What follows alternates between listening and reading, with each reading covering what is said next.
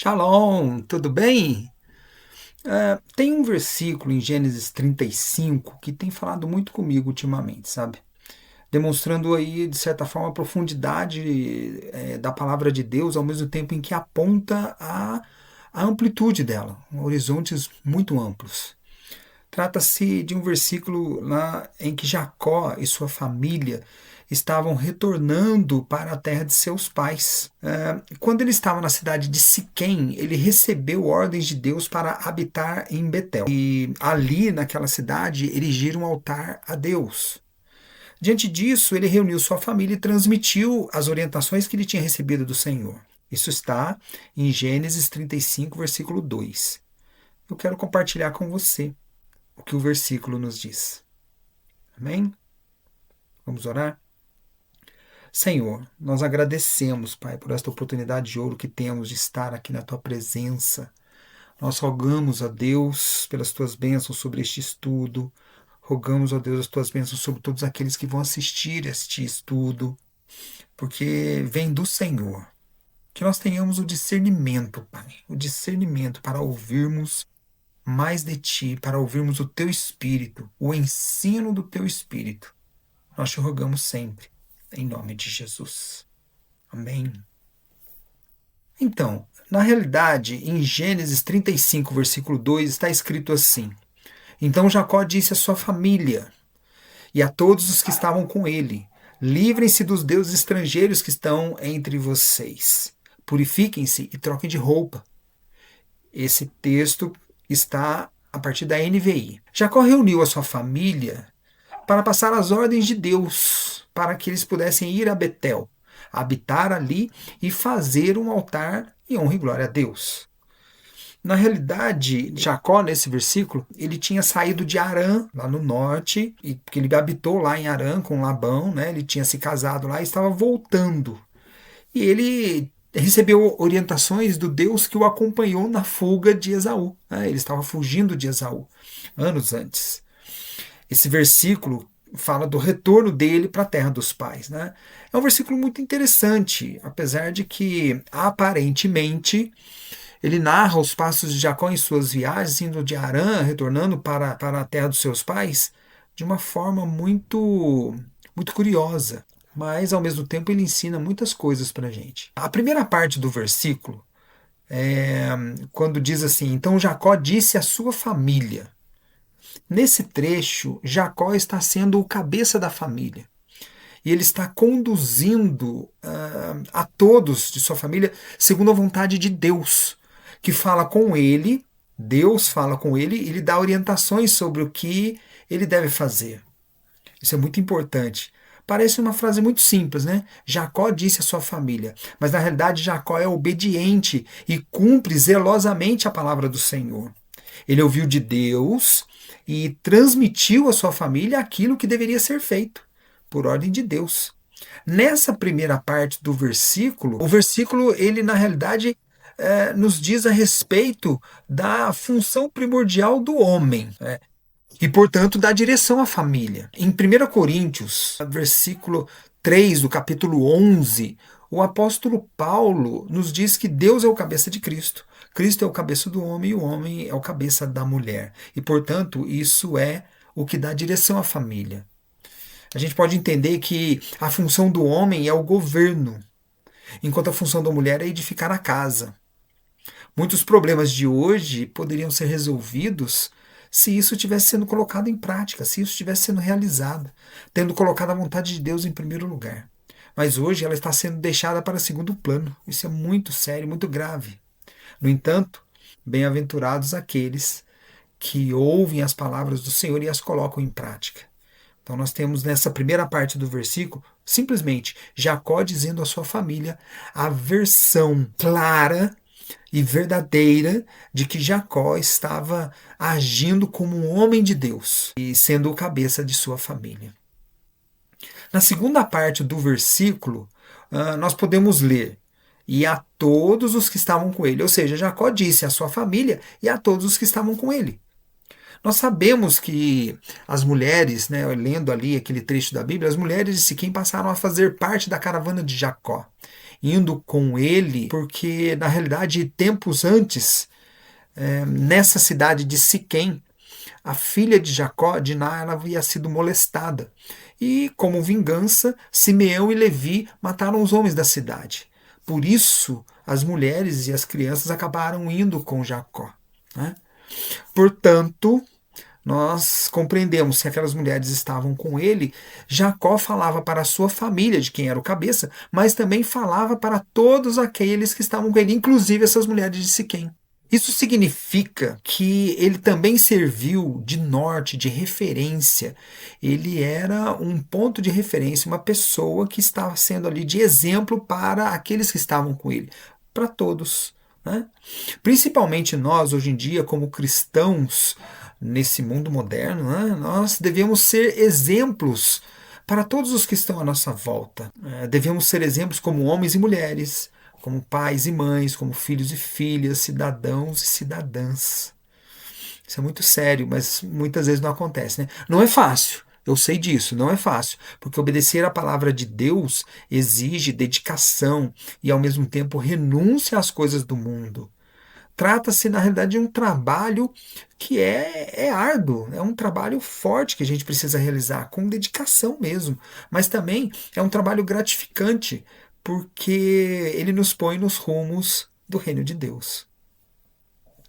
Depois, nós podemos ler no versículo o que Jacó falou especificamente para sua família e para todos aqueles que estavam com ele. Ele disse: livrem-se dos deuses estrangeiros que estão entre vocês. Isso aqui é para se livrar da idolatria. Lembre que eles estavam preparando para ir a Betel, uma cidade, e ali fazer um altar para Deus. O altar para Deus não casa com idolatria. Ele precisava retirar isso de sua vida. Por isso os ídolos deveriam ser lançados fora. A idolatria é um mal que perturba o ser humano desde o princípio dos tempos. A gente precisa, na realidade, arrancar os ídolos de nossas vidas. Só assim Deus terá o seu devido lugar em nossos corações. O Cristo já havia alertado que ninguém pode servir a dois senhores.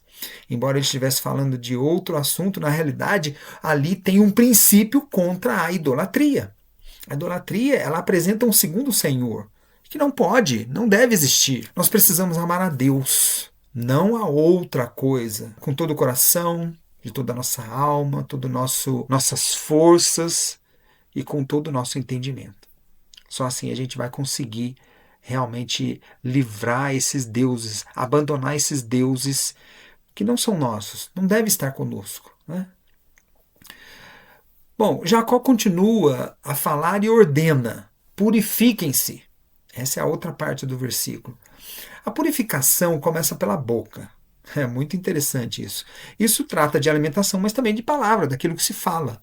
Nós precisamos organizar as nossas vidas de maneira a nos alimentarmos corretamente, segundo as orientações da palavra de Deus, que nos diz o que podemos comer e o que não podemos comer, para a nossa saúde, mas também para manter a nossa purificação, a nossa pureza de corpo e alma. Gente, a alma está intrinsecamente conectada ao corpo. O ser humano só é uma alma vivente porque ele está no corpo. Então os dois estão conectados ao nível do sangue, né? Porque a própria palavra nos diz que a alma está no sangue. A vida está no sangue. Não se trata, óbvio, somente de alimentos. Eu estou citando os alimentos aqui, mas não é só isso. Mas também daquilo que nós falamos. Porque a boca fala daquilo que o coração está cheio. Conforme o Cristo nos diz, ele nos ensinou isso em Mateus 12:34. O Cristo também nos ensinou que o que sai pela boca é o que contamina o homem, referindo-se às suas palavras. Se o ser humano tem um discurso vazio, dizer assim, cheio de uma sujeira que está no coração dele pela idolatria ou pelas coisas impuras que ele coloca no seu coração, isso também é impureza. É uma sujeira, né, que a gente tem que se livrar disso. É preciso se livrar dessa questão, dessa sujeira, né? Nós precisamos, na realidade, de pensamentos edificadores, de praticarmos ações que nos aproximem de Deus. E não o contrário, fazer coisas que nos afastem de Deus. Não, não faz isso não. Isso também significa nos afastarmos do mundanismo, ou seja, retirar essas coisas do coração para falarmos coisas boas, né? Lembrando, o coração é o que determina aquilo que sai pela boca. A boca fala do que o coração está cheio. Então, isso representa, para falarmos coisas boas, representa também livrarmos do mundanismo e buscar a pureza da alma para que nós estejamos em condições de entrarmos no reino. É muito sério isso. A orientação de Jacó, portanto, nessa orientação nós podemos incluir o que se come, essa orientação para a purificação, lembrando que está lá no versículo, Gênesis 35:2, fala do que se come, do que se fala, mas não só, ela começa pela boca, mas também do que se vê, do que se ouve, do que se cheira, né? Mas como cheiro, né? Lógico, tem certos tipos de perfumes que são incentivadores da sensualidade, da luxúria, e até mesmo o que se toca. Tem sim, para os 5 sentidos, tem ali fatores que precisam ser purificados. Isso é extremamente importante. Por fim, a última parte do versículo, né, na última parte, né, Jacó ordena que eles trocassem as suas roupas. Ele fala, né, e troquem de roupa. As roupas ou as vestes, né, elas são um símbolo do estado de santidade da pessoa. Se elas estiverem limpas ou brancas, indicam a santidade e a vitória sobre o pecado. Caso contrário, se elas estiverem sujas, isso indica a servidão do pecado. Está de roupa suja, né? Jacó ordena trocar de roupas para que a santidade estivesse com sua família, ou que pelo menos isso revelasse a santidade de todos eles. E todos os que estavam com ele. Logo em seguida, ele levantou um altar em honra a Deus em Betel. É muito interessante isso.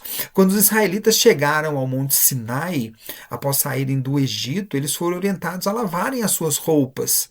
Isso indica que o processo de purificação deveria ser realizado. Isso está lá em Êxodo, capítulo 19. Tempos depois, né? Aqui Jacó, muitos anos antes, já estava orientando aqueles que estavam com ele a trocarem de roupa. O simbolismo, na realidade, é da roupa que vem limpa para poder ser vestida. Aquilo ali representa a purificação. Jacó, no entanto, ordena a trocarem de roupa. Lá em Êxodo, tempos depois, eles lavaram as suas roupas. Obviamente, deduz-se que eles colocariam roupas limpas, como eu disse, né? Na prática desse simbolismo de purificação.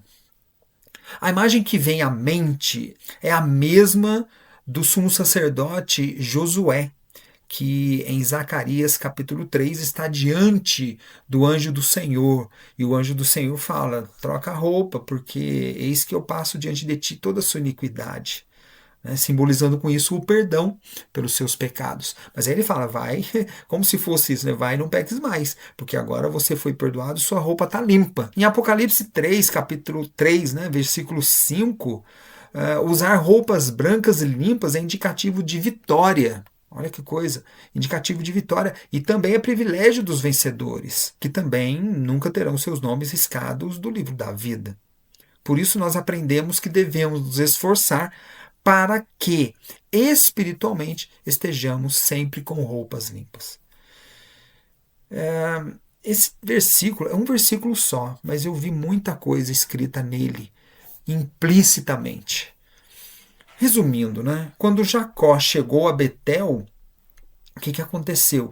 Ele precisou agir verdadeiramente como um homem, pai de família, marido, diante de toda a sua família e ser um exemplo para todos os que estavam com ele. Foi preciso também abandonar os ídolos, buscar a purificação do corpo e da alma e trocar de roupas. O mais importante, só depois disso é que ele construiu um altar a Deus. E isso serve de lição para nós. Amém? É isso. Esse é o nosso estudo, o nosso recadinho de hoje. Uma ótima semana para você. Fica com Deus. Shalom.